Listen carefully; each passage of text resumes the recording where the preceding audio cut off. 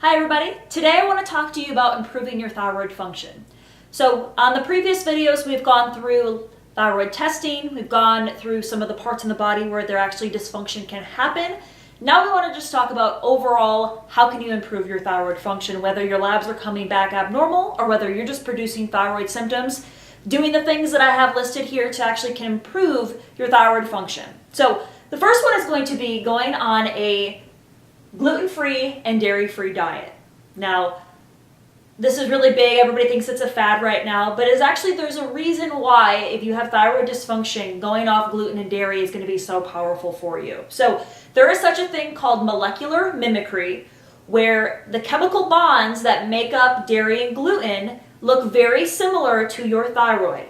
So when you consume them, if you have any sort of autoimmunity, which again, 80% of people who have thyroid issues have autoimmunity, your body will see gluten and dairy just like your thyroid and will actually attack your thyroid. So if you have anything such as leaky gut syndrome, where those molecules are actually getting into the bloodstream, your body will attack them, and then it will also see your thyroid as being toxic as well, which then can create the autoimmunity to initiate. So these actually can be the initiators of an autoimmune disease against your thyroid. So we definitely want to avoid them, not even for that part, but they do create massive inflammation in the body, as well as create leaky gut syndrome. So getting them out of your body, and gluten's in a lot of things. So you want to be very cautious and read labels. There's a lot of gluten-free options out there these days. So going gluten-free and dairy-free should be an easy transition, and there's lots of websites and recipe booklets out there to help guide you through that.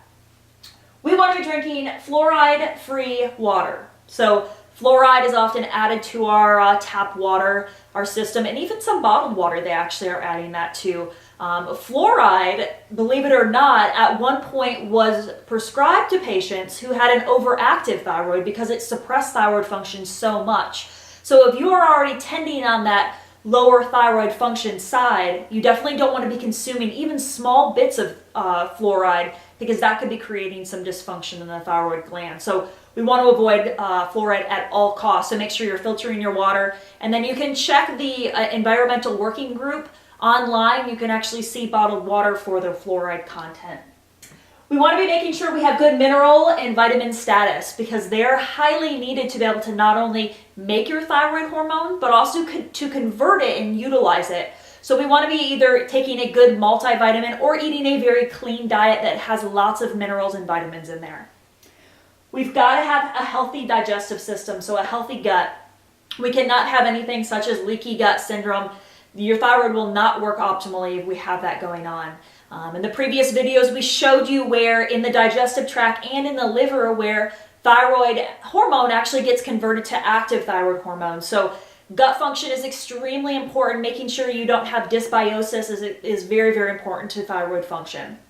And then we want to avoid endocrine disruptors. So these are everywhere. They're in your beauty products, they're in your makeups, your shampoos, your lotions. They're in candles, they're in room sprays, they're in cleaning products.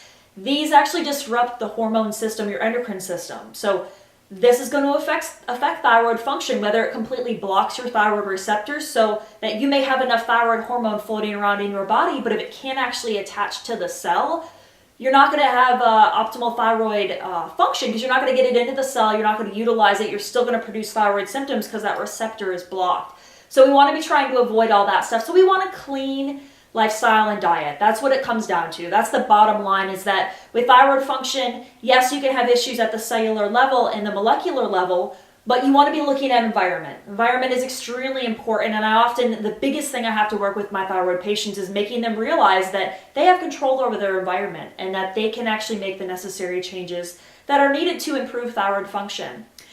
Hope you got something out of this. If you know somebody that's struggling with some thyroid dysfunction, maybe they're on thyroid medication or still struggling with thyroid symptoms, share this video with them. This may be the missing link to be able to get their thyroid to kick back on, or even resolve some other symptoms. Have a great day.